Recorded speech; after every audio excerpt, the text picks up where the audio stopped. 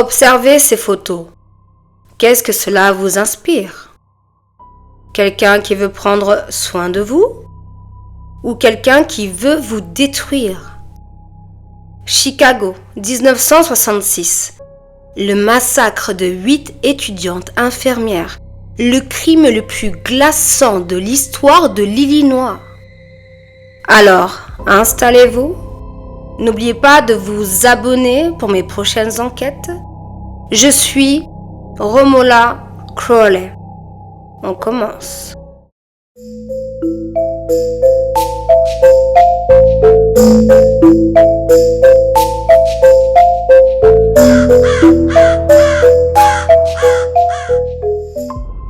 Chicago, 23h, nous sommes le 13 juillet 1966. L'air est une masse solide, une chaleur poisseuse qui écrase le quartier de Jeffrey Manor. Au 2319 East 100th Street, derrière cette façade en briques rouges et blanches qui semble si banale, le temps s'est arrêté. On entend juste le bourdonnement monotone des ventilateurs qui brassent un air lourd. À l'intérieur, 9 jeunes femmes sont là. 9 destins brisés. Gloria, Patricia, Nina, Pamela, Suzanne, Marie-Anne, Merlita, Valentina et Corazon. Elles ont entre 20 et 24 ans. Elles étudient la médecine traumatique, les soins infirmiers, les gestes pour sauver des vies. Elles rient, elles rêvent, elles partagent. Ce sont des vocations, ce sont leurs vocations, elles sont l'avenir, le solaire. Elles ne savent pas que l'enfer vient de franchir le pas de leur porte. 23h, 4 coups à la porte d'entrée. Une silhouette se détache de l'obscurité. Richard Speck est à l'intérieur. C'est un homme à la dérive, une ombre parmi les ombres. Dans ses mains, l'acier du couteau de chasse caché sous sa veste et le métal froid du calibre 22.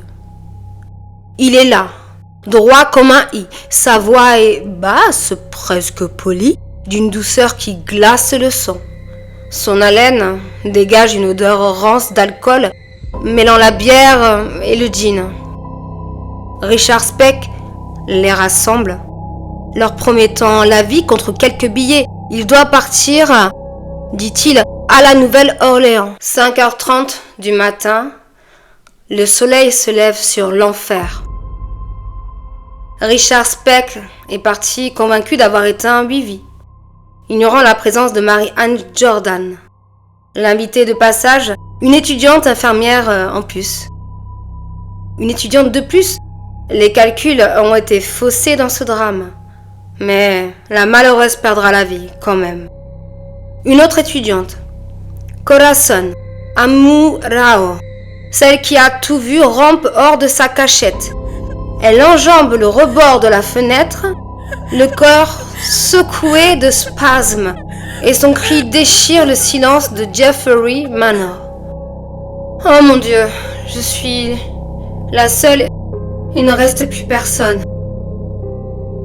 De l'autre côté de la rue, Judith Dicton éteint son ventilateur pour réviser. Elle entend ce cri, croit d'abord à un animal blessé, puis elle voit cette silhouette frêle sur le rebord d'en face. Judy se rue dehors, traverse la rue en hurlant et pénètre dans le salon du 2319. L'odeur la gifle. Le fer, la sueur, l'agonie. Ses yeux tombent sur Gloria Davy. La scène est insoutenable. Gloria est nue, le corps abandonné sur le canapé, sa peau virant déjà au bleu ocre. Elle a subi l'ultime outrage. Le prédateur l'a agressée avant de l'achever. Ses mains sont liées par des nœuds de marin d'une précision chirurgicale sur les marches de l'escalier. Son chemisier, les boutons arrachés racontent la lutte désespérée qu'elle a mené alors qu'il a traîné vers son supplice. Judy s'enfuit en hurlant vers la maison de la surveillante, Madame Bison. La panique se propage comme une traînée de poudre dans le quartier. On appelle l'hôpital, on crie au secours. C'est dans ce chaos qu'un appel désespéré parvient à la radio de la police. L'agent Daniel Kelly, un jeune bleu patrouilleur qui n'a que 18 mois de service.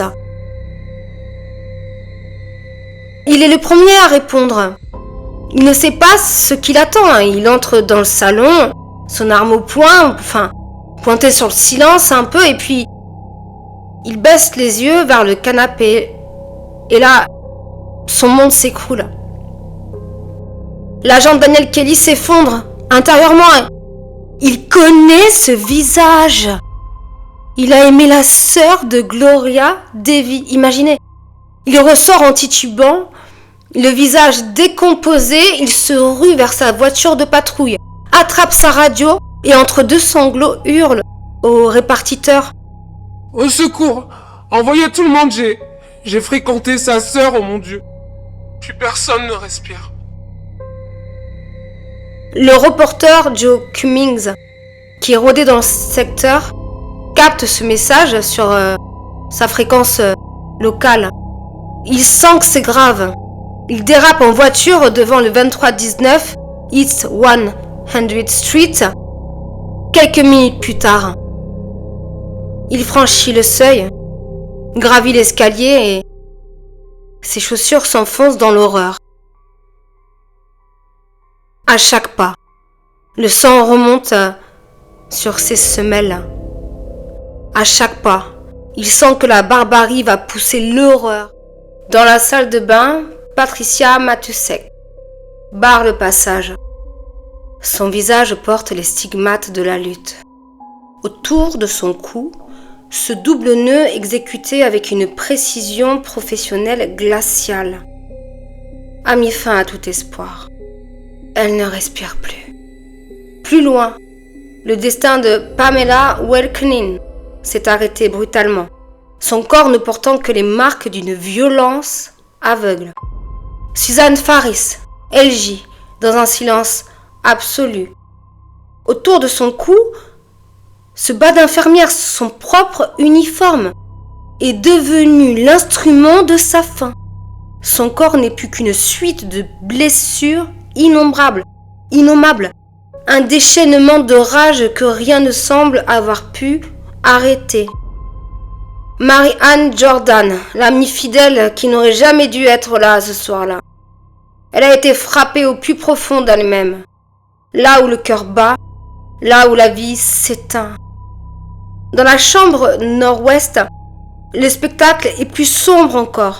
Nina Schmel, je ne sais pas si je prononce bien, excusez-moi, porte autour de la gorge une marque terrible comme un collier de douleur gravé dans la peau.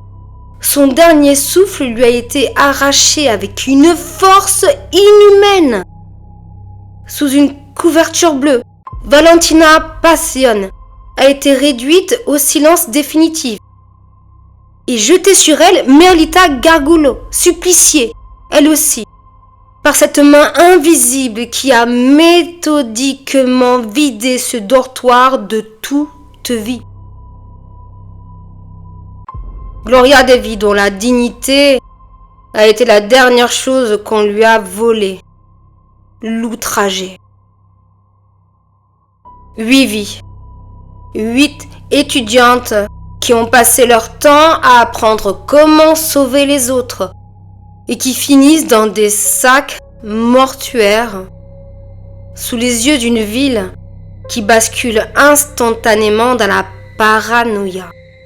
Chicago s'éveille, mais le cauchemar ne fait que commencer. Pour Chicago, l'histoire commence le matin du 14 juillet 1966. Mais pour Corazon Amurao, elle commence avec 4 coups frappés à la porte. 4 coups secs qui ont scellé le destin du 2319 East 100th Street. Corazon ouvre la porte et elle voit cet homme. Richard Speck, grand, vêtu de noir, les cheveux blonds, illuminés par l'ampoule du couloir. Un air presque angélique, me direz-vous. Il n'a pas l'air d'un tueur. Il sourit, il s'assoit face à elle, les jambes allongées, avec cet accent traînant du Texas, qui le fait ressembler à un garçon de leur âge. Il leur dit « Je veux juste de l'argent pour aller à la Nouvelle-Orléans. » Et dans cette chambre d'étudiante, on veut y croire. On se dit c'est un banal cambriolage. Peut-être qu'au début c'était ça. Peut-être. On lui donne les sacs à main, on lui donne les économies. On espère, on implore. Dans cette chambre d'étudiante, on se dit, on parle à voix basse, on se dit bon allez, on fait ce qu'il demande, on verra. On vide les sacs à main, on lui tend les quelques dollars de ses économies. On espère qu'après ça, il passera la porte et s'enfoncera dans la nuit, il disparaîtra à tout jamais. Richard Speck ne bouge pas. Le silence s'installe, lourd, électrique. Et soudain, le craquement. Speck se lève, saisit un drap sur l'un des lits superposés et commence à le déchirer en lanières. Qu'est-ce qu'il fait ? Se disent-elles, des lanières qui vont devenir des chaînes de tissu. C'est à cet instant précis que le masque tombe. Elles comprennent que l'argent n'était qu'un prétexte. La politesse disparaît, le regard change, la méthode s'installe. Une à une, il commence à les lier. Alors que le piège est déjà refermé sur les premières filles. Gloria Davy rentre de son rendez-vous. Elle monte les escaliers, l'esprit encore embrumé par la soirée, un peu ivre. Elle ouvre la porte et tombe nez à nez avec le cauchemar. Elle pousse ce cri guttural, ce cri que Corazon n'oubliera jamais. Gloria Davy devient la dernière pièce de ce puzzle sanglant. Dans ce ballet d'horreur, le destin de Corazon bascule. Profitant de l'obscurité alors que l'homme est occupé dans la pièce voisine, fait que une de ses amies imaginait. Bref. Elle comprend que chaque seconde compte. Elle n'attend pas son tour. Centimètre par centimètre, dans un silence absolu, presque irréel, elle se laisse glisser, elle se contorsionne, son cœur frappant contre ses côtes, comme s'il allait exploser, et parvient à se fondre dans l'ombre salvatrice sous un lit. Elle disparaît aux yeux du monstre.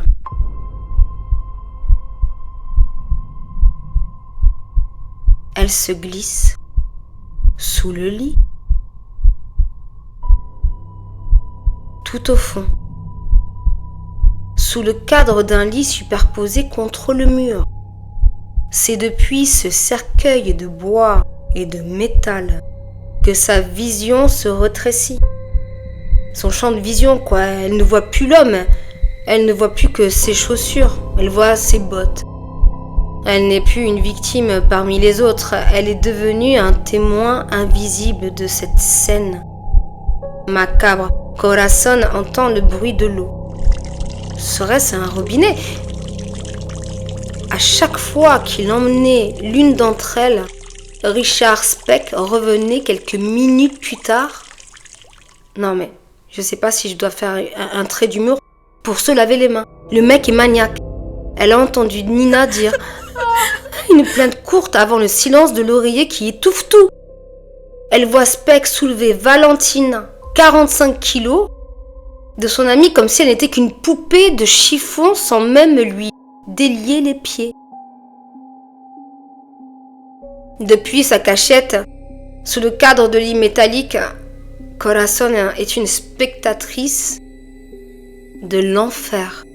Elle entend les ressorts du lit qui grincent, elle entend l'outrage subi par son amie Gloria. Elle voit les chaussures de Richard Speck passer et repasser. Tout un cinéma, comme une sorte de danse un peu macabre. Elle entend même Merlita murmurer dans sa langue maternelle le tagalog. Masakit, masakit. Ça fait mal. C'est le récit d'une agonie au compte-gouttes. Une lenteur sadique où chaque bruit de pas dans le couloir signifie qu'une amie ne reviendra plus. Richard Speck ne se contente pas de tuer, il nettoie ses crimes entre chaque acte, ou du moins ses mains, comme un artisan consciencieux du sang. Quand les sanglots s'arrêtent, quand le silence redevient le maître des lieux, Corazon fait le choix le plus courageux de sa vie. Elle ne reste pas figée, elle rampe. Elle se traîne sur le sol, centimètre par centimètre, pour se caler contre le mur sous un autre lit. Elle doit survivre. Elle attend. Elle prie. Elle devient l'ombre qui va survivre pour raconter au monde que le mal n'a pas toujours le visage que l'on croit. Parfois, il a l'accent d'un voisin de palier, d'un ami, qui vous sourit avant de vous lier les mains et de vous anéantir.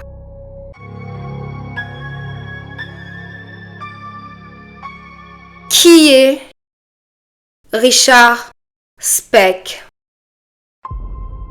Pour comprendre l'horreur qui va se jouer au 2319 East 100th Street, il faut remonter le fil. Richard Speck n'est pas un fantôme surgi de nulle part. Un monstre comme ça, il a été fabriqué, ce monstre-là, c'est le produit d'une décomposition lente. Un homme que la vie a méthodiquement brisé avant qu'il ne décide de briser celle des autres. Tout commence à Kirkwood, dans l'Illinois. Richard est le 7e d'une fratrie de 8 enfants. Son enfance est un contraste violent. D'un côté, une mère à la piété rigide et abstinente. Vous voyez, vous avez le visage. De l'autre, un père, Benjamin, dont Richard est extrêmement proche. Mais en 1947, ce seul pilier de stabilité s'écroule. Richard n'a que 6 ans quand son père meurt d'une crise cardiaque. Ce vide immense sera le premier moteur de sa dérive. 3 ans plus tard, le cadre familial s'assombrit définitivement. Sa mère se remarie avec Carl Lindbergh, un colporteur texan à la jambe de bois. Bon, ouais, merci pour le détail, Romola. Lindbergh est l'opposé du père disparu. Alcoolique, violent, avec un casier judiciaire long de 25 ans. Non, j'allais pas dire autre chose, arrêtez. Sous son influence, la famille sombre dans une précarité chronique, déménageant 10 fois en 12 ans dans les bas-fonds de Dallas. Richard déteste ce beau-père qui incarne tout ce qu'il méprise, mais finira pourtant par lui ressembler. À l'école, Speck s'isole. À cause d'une vision défaillante et d'un refus de porter ses lunettes, il décroche. Paralysé par une peur maladive du regard des autres. En même temps, on connaît pas mal la cruauté des enfants envers d'autres enfants. C'est un des maux de notre société, quoi. Il refuse même de parler en classe. Il finit par quitter le système scolaire à 16 ans, l'esprit vide et le ventre plein d'alcool. Car Richard Speck a commencé la bibine depuis l'âge de 12 ans. À 15 ans, il s'enivre quotidiennement. C'est le début d'un cycle infernal. À Dallas, son casier judiciaire devient un catalogue de déboires. Il y a la redoute. Je sais pas si je peux dire la redoute, mais puis il y a lui, quoi. 42 arrestations pour ivresse, cambriolage et rix. Sa tentative de mener une vie normale avec la jeune Shirley Malone, une petite louloute qu'il a rencontrée, c'est un échec pathétique. Le jour de la naissance de sa fille, Richard est derrière les barreaux pour une bagarre. Ça et puis autre chose. Mais derrière ses emplois de passage, comme éboueur ou marin marchand, c'est un peu son truc, marin marchand, se cache une personnalité de plus en plus instable. Parce qu'il est ravagé par l'alcool et un trouble médical méconnu à l'époque. La satyriasis. Je vous fais le topo. Derrière ce terme médical se cache une réalité brutale. La satyriasis, qu'est-ce que c'est ? C'est l'équivalent masculin de la nymphomanie. Une addiction sexuelle compulsive et incontrôlable. Pour Speck, ce n'est pas seulement un trouble, parmi tant d'autres, bien évidemment. C'est un moteur, un nouveau facteur qui alimente une frustration démoniaque. Cette quête obsessionnelle de satisfaction le pousse à déshumaniser l'autre. Pour lui, une femme n'est plus un être humain. C'est une proie, c'est un objet. Il n'y a pas beaucoup de choses qui ont changé depuis ces années, je me rends compte. Mars 1966. Speck fuit le Texas pour échapper à la prison. Il retourne dans sa ville natale de Monmouth. Mais la violence le suit comme son ombre. Une femme de 65 ans agressée sous la menace d'un couteau. Une serveuse retrouvée fin de vie dans une porcherie. Quoi, une porcherie ? Je crois qu'à ce stade on s'en fout un peu. La police commence à poser des questions. Sentant les taux se resserrer, Speck s'enfuit à nouveau vers Chicago. Juillet 1966. Le compte à rebours final. Speck est au bout du rouleau. Il traîne ses bagages autour du bureau d'embauche de la marine marchande. Je vous dis, c'est son truc un peu. Juste à côté de ce dortoir d'infirmière qu'il observe sans doute déjà. Apparemment, les adresses étaient assez proches. Le 12 juillet, il croit enfin s'en sortir. Il décroche une place sur un pétrolier. Enfin, la chance lui a parlé. Il roule vers l'Indiana, l'espoir d'une nouvelle vie au bout des doigts. Mais à son arrivée, il s'est fait coiffer au poteau, si je peux me permettre. La place a été prise. Il est rejeté. Donc du coup, il revient à Chicago, bredouille, sans un sou, obligé de dormir dans une maison en construction. Le 13 juillet, 9h, sa sœur lui donne $25. Sa sœur, elle en peut plus de lui. Elle a hébergé et tout. Au bout d'un moment, il dit, tiens, prends l'argent. C'est l'argent du dernier naufrage, quoi. 13 juillet, après-midi. Speck boit pour oublier qu'il est un paria, plus que de raison. Dans une taverne miteuse, il agresse une femme de 53 ans, et lui vole son petit revolver calibre 22. Une arme de pacotille, mais une arme quand même. Alors que Chicago se réveille dans l'horreur, Richard Speck, lui, est déjà loin. Enfin, c'est ce qu'il croit. À 10h30, il entre au Pete's Tape, un bar. Il est frais, dispo, comme si la nuit n'avait été qu'une simple sortie entre amis. À sa ceinture, le couteau de chasse de 30 cm. Il fanfaronne, il raconte ses prétendues histoires de guerre au Vietnam et s'invente des exploits très sombres, des récits de violence à l'arme blanche. Il ne réalise pas encore que le monde entier connaît déjà son visage. Il va même jusqu'à mimer un geste fatal sur le barman. Juste pour lui montrer avec quelle précision il est capable de frapper si jamais, il avait été celui dont on parle un peu, quoi. Un culot monstrueux, une absence totale de remords.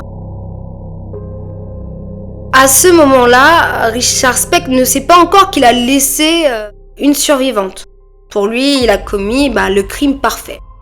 Quand il la prend dans un autre bar, parce qu'il écume, c'est la fête un petit peu, il lâche cette phrase ironique. Ça a dû être un sacré salaud qui a fait ça. Pendant ce temps, la police piétine, mais elle a une intuition.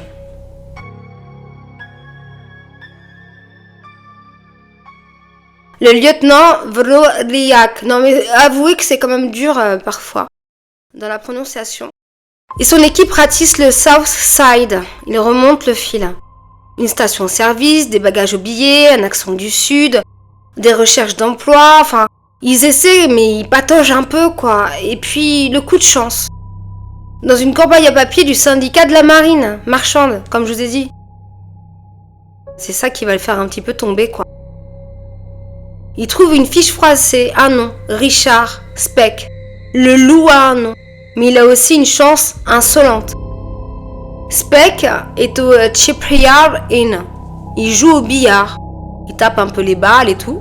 3 policiers en civil entrent. Ils cherchent un grand blond. Speck ne scie pas. Il continue de viser ses billes à 3 mètres d'eux. On sait comment ça se passe, une partie de billard, c'est hyper sérieux. Le barman ne dit rien. Speck s'éclipse par la porte de service, saute dans un taxi et file vers le nord. Il finit par échouer à l'hôtel Raleigh. Là, il commet l'erreur de trop. Il monte avec une prostituée, un peu de plaisir. Elle redescend terrifiée et prévient l'employé. Cet homme est armé. La police arrive à 8h30. Il le trouve sur son lit, un pistolet sous l'oreiller. Il l'interroge 15 minutes, mais la communication, elle est carrément lunaire. Ses agents ne savent pas encore qu'on cherche un tueur de masse nommé Richard Speck. Donc du coup, ils lui confisquent son arme et repartent en disant il est inoffensif. Richard Speck vient de glisser entre les doigts de la justice pour la 2e fois. Bis repetita.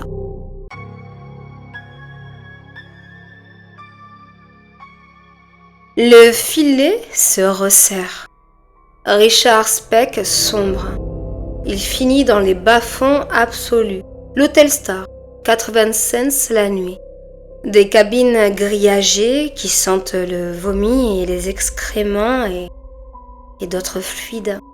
C'est là, au milieu du paroxysme de la médiocrité et du vin bon marché, qu'il voit sa propre photo en une des journaux. Du qui c'est que ça, je comprends pas. Le samedi 19 juillet, acculé, il tente de s'échapper à la justice par la manière la plus radicale. Dans la solitude d'une chambre d'hôtel miteuse, il essaie de disparaître avant que la police ne referme le piège sur lui. Il veut que tout s'arrête. Le dénouement se joue aux urgences de l'hôpital Cook County. Les ambulanciers qui le transportent ont son avis de recherche sur leur tableau de bord, mais ils ne le regardent même pas. Ils parlent politique, parlent de l'émancipation de la cause féminine. Richard Speck arrive aux urgences comme un inconnu à un X, un John Doe. Mais il tombe sur Leroy Smith, un interne de première année, un tout jeune, un passionné. Smith nettoie le sang sur le bras de ce patient qui réclame de l'eau. Quelqu'un peut me donner de l'eau dans cette baraque ou c'est comment? Et sous la trace sombre qui s'efface, des lettres apparaissent. Born to raise hell. Né pour déchaîner l'enfer. L'interne ne dira jamais pourquoi il a eu cet éclair, mais il saisit Speck par la nuque, serre de toutes ses forces, lui crache au visage. Avez-vous donné de l'eau aux infirmières? Le monstre est tombé. La traque est finie.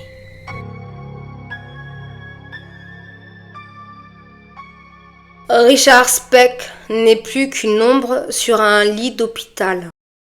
Mais, pour le procureur adjoint, William Martin, le combat ne fait que commencer.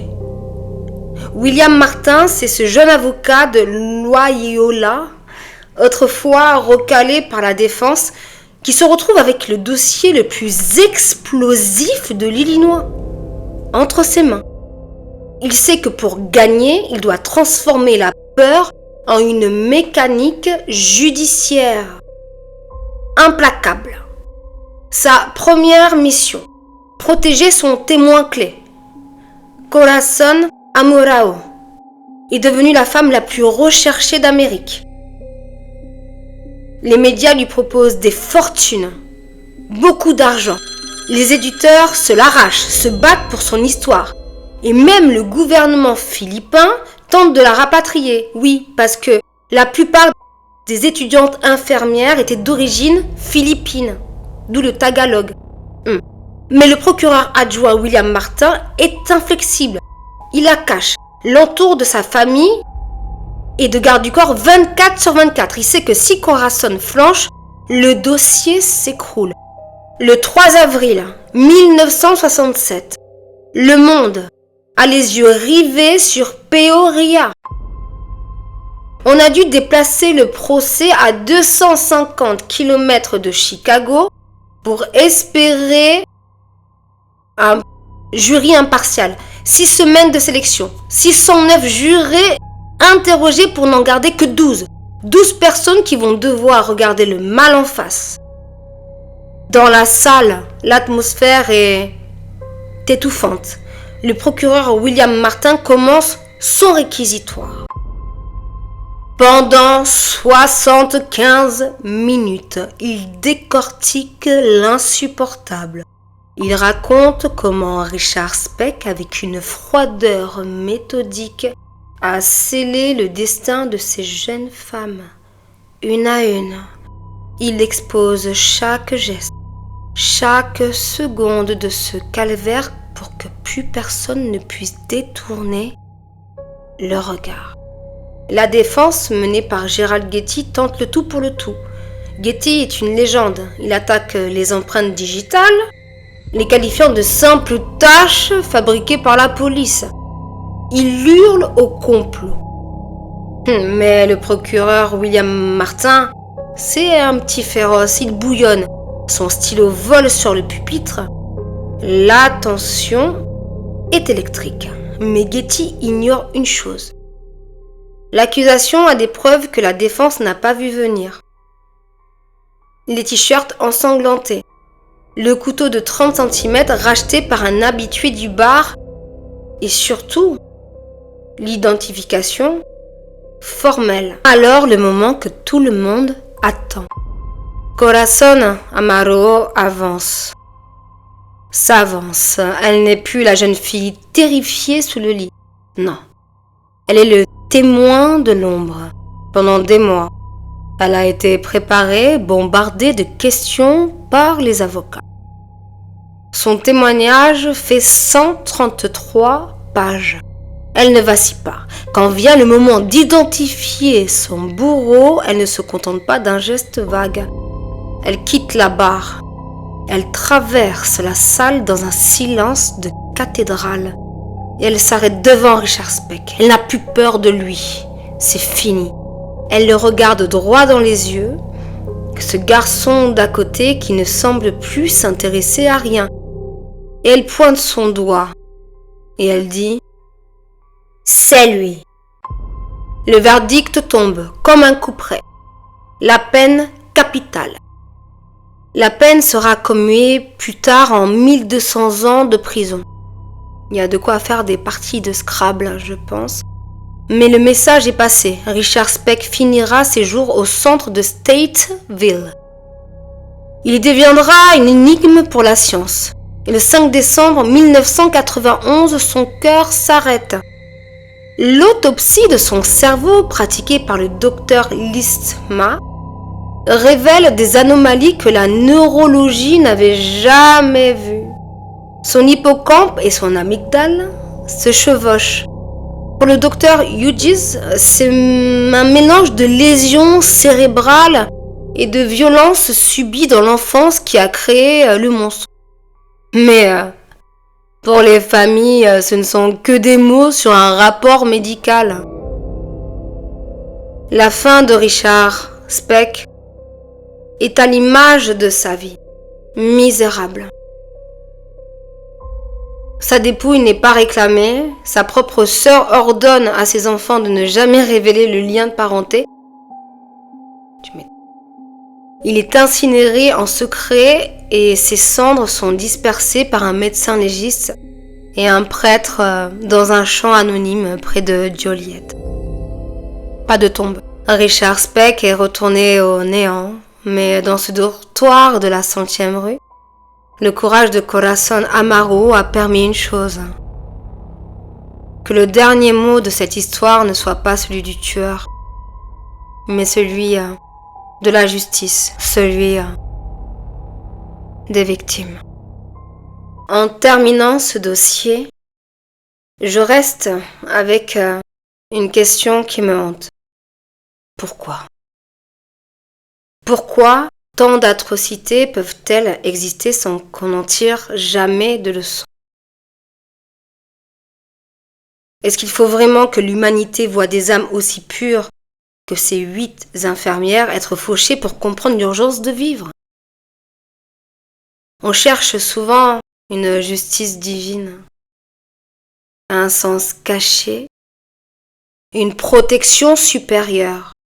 Mais la vérité, celle que je cherche ici dans les dossiers Crowley, elle est bien plus froide. La justice divine, la justice parfaite, n'existe pas. On ne récolte pas toujours ce que l'on sème. Parfois, vous pouvez être une personne lumineuse, vous dédiez votre vie à soigner les autres, à être bienveillant, bienveillante, et le mal franchit votre porte simplement parce qu'il avait décidé de passer par là. Richard Speck n'est pas né monstre, il a été broyé, déconstruit, traumatisé dès l'enfance.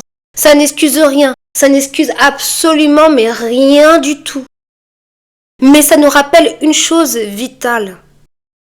Tout se joue là dans les premières années. Quand on brise un enfant, on fabrique parfois le bourreau de demain. Protéger nos enfants, leur donner le maximum d'amour et de structure. Ce n'est pas juste de l'éducation. C'est une question de survie pour la société, pour nous, pour notre monde. Le monde de demain, on ne saura jamais vraiment si on est protégé. On ne saura jamais qui se cache derrière les masques les plus doux. Le mal ne prévient pas, non. Alors le seul rempart qui nous reste, c'est le présent. C'est la force qu'on met à chérir ceux qui sont là. Aujourd'hui, je m'appelle Romola Crowley.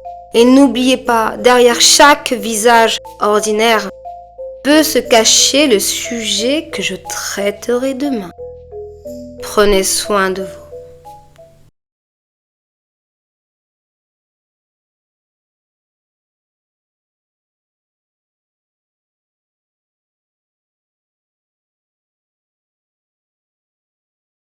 On refait un, tu connais?